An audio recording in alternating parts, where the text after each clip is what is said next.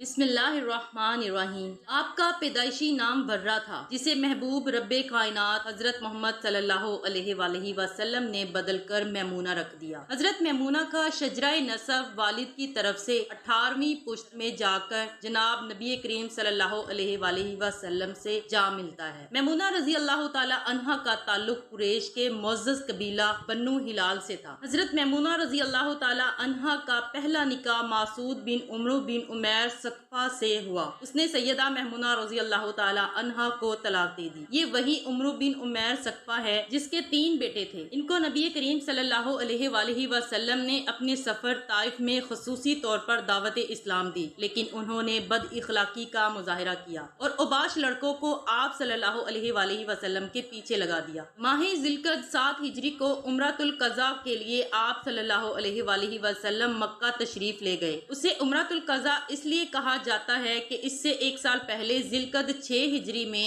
آپ صلی اللہ علیہ وآلہ وسلم نے ایک خواب دیکھا کہ میں مدینہ سے مکہ گیا ہوں، وہاں میں نے بیت اللہ کا طواف کیا۔ صحابہ کرام سے اس خواب کا ذکر فرمایا تو صحابہ کرام رضی اللہ عنہم نے بھی اس خواہش کا اظہار کیا کہ ہم بھی آپ کے ساتھ شرف چاہتے ہیں۔ چنانچہ آپ صلی اللہ علیہ وآلہ وسلم نے صحابہ کرام کو ہمراہ لیا۔ جب آپ مقام حدیبیہ پہنچے جو کہ مکہ کے قریب ہے اور اس کا کچھ حصہ حدود حرم میں بھی داخل ہے، مختصر یہ کہ چند کڑی شرائط کے ساتھ آپ کو واپس لوٹنا پڑا۔ ان میں ایک شرط یہ بھی تھی کہ آئندہ سال عمرہ کے لیے تشریف لائیں اور جتنے دن اہل مکہ چاہیں آپ وہاں رہ سکتے ہیں اور اسلحے کے بغیر آنا ہے۔ ہاں، صرف تلواریں لانے کی اجازت ہوگی اور وہ بھی میان میں ہوں گی۔ چنانچہ آپ صلی اللہ علیہ وآلہ وسلم ماہ ذی القعدہ 7 ہجری کو تشریف لائے۔ آپ صلی اللہ علیہ وآلہ وسلم کے ہمراہ صرف وہ صحابہ کرام تشریف لائے جو صلح حدیبہ میں آپ کے ساتھ شریک تھے۔ آپ صلی اللہ علیہ وآلہ وسلم اور صحابہ کرام رضی اللہ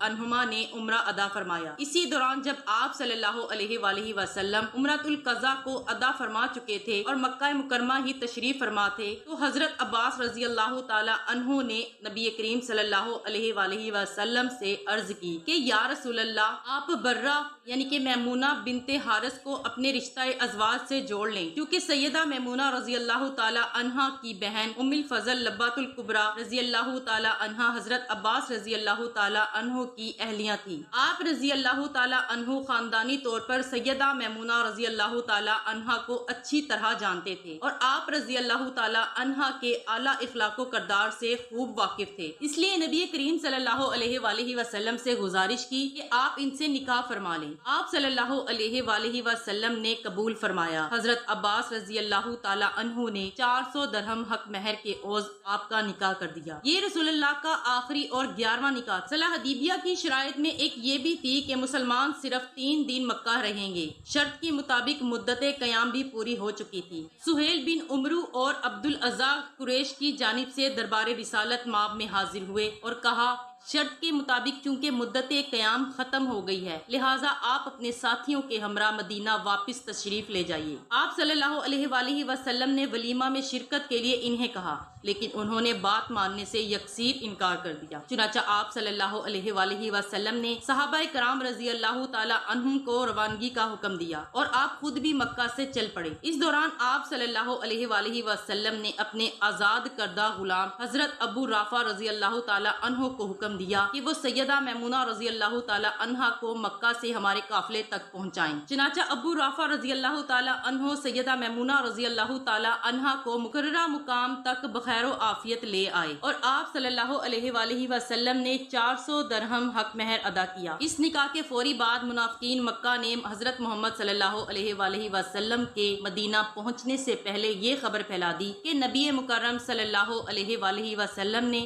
2 بہنوں سے نکاح کیا ہے۔ یہ بات اس لیے پھیلائی گئی کہ حضرت میمونہ کی ماں شریک بہن حضرت زینب بنت خزیمہ رضی اللہ تعالی عنہا پہلے سے ہی حضور کے رشتہ ازواج میں منسلک تھی۔ قرآن کریم اور احادیث میں ایک مسئلہ ہے کہ کوئی شخص 2 بہنوں کو نکاح میں اکٹھے نہیں رکھ سکتا، خواہ وہ سگی بہنیں ہوں، ماں شریک ہو یا باپ شریک ہو۔ ناظرین، اس مسئلے کا جواب یہ ہے کہ اسلامی شریعت میں بیک وقت دونوں کو نکاح میں ایک ساتھ جمع نہیں کیا جا سکتا۔ ہاں، اگر ان دونوں بہنوں میں سے ایک نکاح باقی نہ رہے خواہ اس کی وجہ طلاق ہو یا عورت کا فوت ہونا تو دوسری بہن سے نکاح کیا جا سکتا ہے۔ بیک وقت دونوں کو ایک ساتھ میں جمع کرنا حرام ہے، اور نبی کریم صلی اللہ علیہ وآلہ وسلم نے ام المومنین سیدہ زینب بنت خزیمہ رضی اللہ تعالی عنہا سے پہلے نکاح فرمایا، پھر ان کی وفات کے بعد ام المومنین سیدہ میمونہ رضی اللہ تعالی عنہا سے نکاح فرمایا۔ یہ تو آپ کے علم میں آ چکا ہے کہ سیدہ میمونہ رضی اللہ تعالی عنہا کا پیدائشی نام برہ تھا، جسے آپ صلی اللہ علیہ وآلہ وسلم نے تبدیل فرما کر میمونہ رکھ دیا۔ میمونہ کا مطلب ہوتا ہے باعث برکت۔ آپ صلی اللہ علیہ وآلہ وسلم کی پیش نظر اس نام کو منتخب کرنے کی کئی پوشیدہ حکمتیں بھی ہوں گی، لیکن جو ظاہر ہے وہ یہ ہے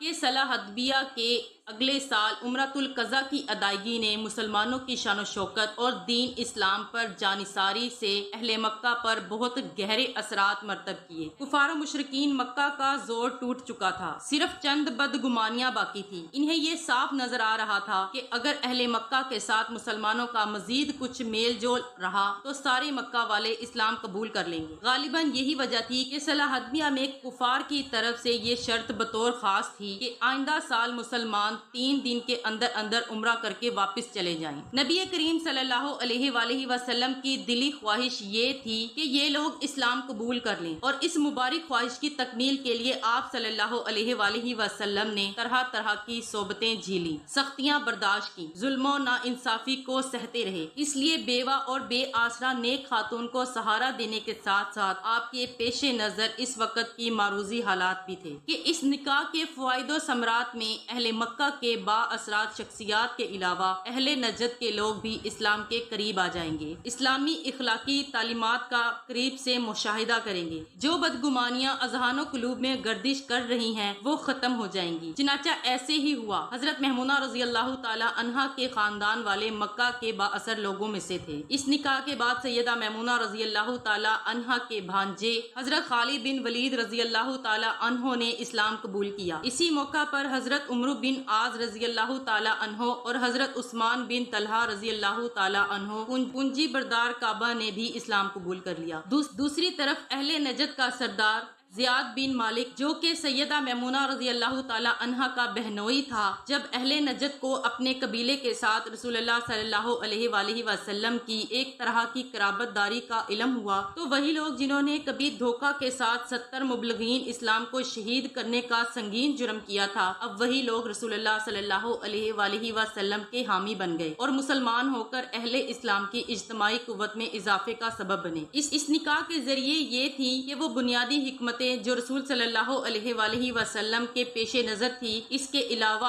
اور بھی کئی ہوں گی جن کا علم اللہ اور اس کے رسول صلی اللہ علیہ وآلہ وسلم کے پاس ہے۔ آپ رضی اللہ تعالی عنہا نے دین کی تعلیم کو امت تک پہنچانے میں بہت بڑا کام کیا ہے۔ گھریلو مسائل اور خانگی امور میں رسول اللہ صلی اللہ علیہ وآلہ وسلم کی تعلیمات سے روشناس کرایا۔ بالخصوص خواتین سے متعلق اکثر طہارت و پاکیزگی کے مسائل احادیث مبارکہ میں آپ رضی اللہ تعالی عنہا کے حوالے سے مذکور ہیں۔ ایک مرتبہ سیدہ میمونہ رضی اللہ تعالی عنہا کے بھانجے حضرت عبداللہ بن عباس رضی اللہ عنہما اس حالت میں تشریف لائے کہ آپ کے بال بکھرے ہوئے تھے۔ ام المومنین سیدہ میمونہ رضی اللہ تعالی عنہا نے ان کی وجہ پوچھی تو فرمانے لگے کہ مجھے امام امارہ کنگھا کرتی ہیں، لیکن یہ دن ان کی ماہواری کے چل رہے ہیں، اس لیے انہوں نے کنگھا نہیں کیا۔ آپ رضی اللہ تعالی عنہا نے فرمایا کہ شریعت کا مسئلہ ایسے نہیں جیسے تم نے سوچ رکھا ہے، بلکہ ان دنوں میں بھی وہ آپ کو کنگھا وغیرہ کر سکتی ہیں۔ پھر اس دلیل کے طور پر آپ نے ذاتی عمل پیش کیا کہ جب ہمارے خاص ایام ہوتے ہیں اس دوران بھی نبی کریم صلی اللہ علیہ وآلہ وسلم ہماری گود میں سر رکھ کر آرام فرما لیتے ہیں اور قرآن کریم کی تلاوت بھی فرماتے تھے۔ اس کے بعد انہیں سمجھایا کہ بیٹا، خاص ایام کے اثرات ہاتھوں تک سرات نہیں ہوتے۔ جس مقام پر آپ صلی اللہ علیہ وآلہ وسلم نے نکاح کے بعد